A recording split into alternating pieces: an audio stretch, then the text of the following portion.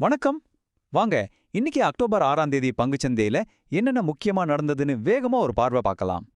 இன்னைக்கு மார்க்கெட்டோட ஹெட்லைனே நிஃப்டி 50 தான். பாருங்க, தொடர்ந்து மூணாவது நாளா ஒரு நல்ல ஏற்றம் கண்டு கடைசியா 25,077ல செட்டில் ஆயிருக்கு. இந்த 25,000ங்கிறது ஒரு முக்கியமான சைக்கலாஜிக்கல் லெவல். அதை மறுபடியும் தாண்டினது மார்க்கெட்ல ஒரு நல்ல பாசிட்டிவ் சென்டிமெண்ட் திரும்ப வந்திருக்கிறத ரொம்ப தெளிவா காட்டுது. சரி, இந்த ராலிக்கு பின்னாடி என்ன இருக்கு? யார் இதை டிரைவ் பண்றாங்க? இங்கே தான் ஒரு பெரிய ட்விஸ்ட் இருக்கு. வெளிநாட்டு முதலீட்டாளர்கள், அதாவது எஃப்ஐஐஸ், அவங்க பணத்தை வெளியே எடுத்துட்டு இருந்தாலும் நம்ம உள்நாட்டு முதலீட்டாளர்கள், குறிப்பா ரீட்டைல் இன்வெஸ்டர்ஸ் உள்ள வந்து மார்க்கெட்டை தாங்கி பிடிக்கிறாங்க. கோட்டக்ல இருந்து ஜிதேந்திர கோஹில் சொல்ற மாதிரி, இப்போ இருக்கிற இளைஞர்கள் கிட்ட ஈக்விட்டில லாங் டேர்ம்க்கு இன்வெஸ்ட் பண்ணணும் அப்படிங்கிற ஒரு விழிப்புணர்வு நல்லாவே வந்திருக்கு.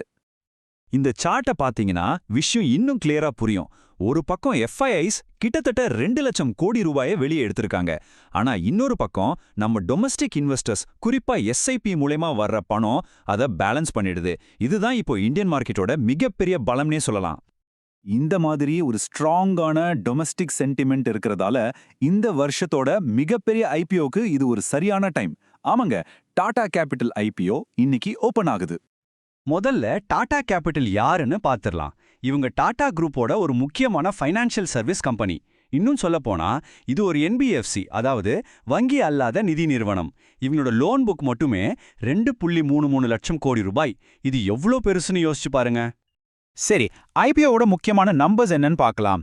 ஐபிஓ டேட்ஸ் வந்து அக்டோபர் 6லிருந்து 8 வரைக்கும். ஒரு ஷேரோட விலை 310 ரூபாயிலிருந்து 326 ரூபாய் வரைக்கும் இருக்கும். நீங்க அப்ளை பண்ணோம்னா மினிமம் ஒரு லாட், அதாவது 46 ஷேர் வாங்கணும். இதுக்கு கிட்டத்தட்ட 15,000 ரூபாய் தேவைப்படும். டைம் லைனை பாருங்க, எல்லாம் எவ்வளவு வேகமா நடக்குதுன்னு. இன்னைக்கு ஐபிஓ ஓபன் ஆகுது, புதன்கிழமை முடியுது, அடுத்த திங்கக்கிழமையே பங்கு சந்தையில லிஸ்ட் ஆக வாய்ப்பு இருக்கு. சோ யோசிக்கிறதுக்கு அதிக டைம் இல்ல. இதுல இன்வெஸ்ட் பண்ணணும்னு நினைக்கிறவங்களுக்கு அப்ளை பண்றது ரொம்ப சிம்பிள். உங்க ட்ரேடிங் ஆப் இல்லனா நெட் பேங்கிங்ல ஐபிஓ செக்ஷனுக்கு போய் ஈஸியா அப்ளை பண்ணிரலாம். யூபிஐ மூலமா பேமெண்ட் பண்ணா போதும். சரி, இவ்வளோ பெரிய ஐபிஓல முதலீடு பண்றதுக்கு முன்னாடி இதுல இருக்கிற பிளஸ் மைனஸ் ரெண்டையும் நம்ம கண்டிப்பா பார்க்கணும் இல்லையா? இவங்களோட பலம் என்னன்னா, ஒன்னு டாட்டாங்கிற அந்த பிராண்ட் வேல்யூ, ரெண்டாவது இந்தியாவில் இருக்கிற ஒரு லீடிங் என்பிஎஃப்சி. அவங்களோட ஃபிஜிட்டல் நெட்வொர்க், அதாவது நேரடி கிளைகளும் இருக்கு, ஆன்லைன்லயும் ஸ்ட்ராங்கா இருக்காங்க. ஆனா ரிஸ்க்கும் இருக்கு. கடன் வாங்கிட்டு திரும்ப கட்டாதவங்களால வர்ற நஷ்டம், வட்டி விகிதம் ஏறி இறங்குறதால லாபம் குறையிறது, இதெல்லாமும் நாம கவனிக்கணும். வேல்யூவேஷன் விஷயத்துக்கு வருவோம். இந்த ஐபிஓவோட அப்பர் பிரைஸ் பேண்ட்ல இவங்களோட மதிப்பு புக் வேல்யூவை விட 4.2 டைம்ஸ் அதிகமா இருக்கு. இதே துறையில இருக்கிற மற்ற கம்பெனிகளோட சராசரி 3.6 தான். அப்படின்னா என்ன அர்த்தம்? கம்பெனி மேல மார்க்கெட் ஒரு பிரீமியம் வச்சிருக்குன்னு அர்த்தம். சரி, ஐபிஓ ஒரு பக்கம் இருக்கட்டும். இன்னைக்கு மார்க்கெட்ல நல்லா பெர்ஃபார்ம் பண்ணின, அதே சமயம் அடி வாங்கின சில முக்கியமான ஸ்டாக்ஸ் பத்தியும் பார்த்துடலாம். இன்னைக்கு நிஃப்டில டாப் கெய்னர் யாருன்னு பாத்தீங்கன்னா மேக்ஸ் ஹெல்த் கேர் தான். ஒரே நாள்ல 6.34% ஏறி இருக்கு. இதுக்கு காரணம் கவர்மெண்டோட ஒரு முக்கியமான அறிவிப்பு. மத்திய அரசு ஊழியர்களுக்கான ஹெல்த் ஸ்கீம்ல ரீஇம்பர்ஸ்மெண்ட் ரேட்ஸை 15 வருஷம் கழிச்சு மாத்தி அமைச்சிருக்காங்க. இதனால மேக்ஸ் ஹெல்த் கேர் மாதிரி பெரிய அங்கீகரிக்கப்பட்ட மருத்துவமனைகளுக்கு வர்ற வருமானம் அதிகமாகும். இது ஒரு பெரிய பாசிட்டிவ் நியூஸ். அடுத்ததா ஸ்ரீராம் ஃபைனான்ஸ். இவங்களும் அவங்களோட நல்ல ஃபார்மை கண்டினியூ பண்ணி 4.25% வரைக்கும் கெயின் பண்ணிருக்காங்க.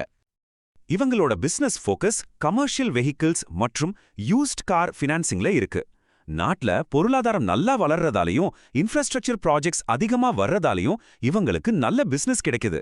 அதனால இன்வெஸ்டர்ஸ் இவங்க மேல நம்பிக்கையா இருக்காங்க. ஐடி செக்டார்ல நம்ம பெரிய தலை டிசிஎஸ் கிட்டத்தட்ட 3% உயர்ந்து ஒரு நல்ல கம்பேக் கொடுத்திருக்கு. இதுக்கு டைமிங் ரொம்ப முக்கியம். அக்டோபர் 9ஆம் தேதி அவங்களோட குவார்ட்டர்லி ரிசல்ட்ஸ் வரப்போகுது. அதுக்கு முன்னாடி இந்த ஏற்றம் வந்திருக்கு. இந்த வருஷத்துல ஏற்கனவே 30% வரைக்கும் இறங்கின இந்த ஸ்டாக் இப்போ கொஞ்சம் கொஞ்சமா மீண்டு வருது. ஐடி செக்டர்ல ஒரு நல்ல ரிகவரி வருங்கிற எதிர்பார்ப்பும் இதுக்கு ஒரு காரணம். சரி, மார்க்கெட்னா ஏற்றம் மட்டும் இருக்காது, இறக்கமும் இருக்கும் இல்லையா? இன்னைக்கு யார் யார் சரிவை சந்திச்சாங்கன்னு பார்க்கலாம். இன்னைக்கு நிஃப்டில டாப் லூசர் டாடா ஸ்டீல் 1.82% சரிஞ்சிருக்கு. இதுக்கு முக்கிய காரணம் உலக அளவுல ஸ்டீலுக்கான டிமாண்ட் கம்மியா இருக்கிறதும் கமாடிட்டி விலைகள்ல இருக்கிற நிலையற்ற தன்மையும் தான். அதே மாதிரி அடானி போர்ட்ஸ் 1.56%, என்டிபிசி 0.85% சரிஞ்சிருக்கு. அடானி போர்ட்ஸ்க்கு அவங்களோட பிசினஸ் நல்லா இருந்தாலும் குரூப் லெவல்ல கடன் அதிகமா இருக்கிறது ஒரு கவலையா பார்க்கப்படுது. என்டிபிசிக்கு பவர் செக்டார்ல ரினியூவபிள் எனர்ஜிக்கு மாறுறதுல இருக்கிற சில நிச்சயமற்ற தன்மைகள் காரணமா இருக்கு. இந்திய பங்கு சந்தை அப்டேட்டுகளுக்காக சப்ஸ்கிரைப் பண்ணி பெல் ஐகானையும் கிளிக் பண்ணுங்க.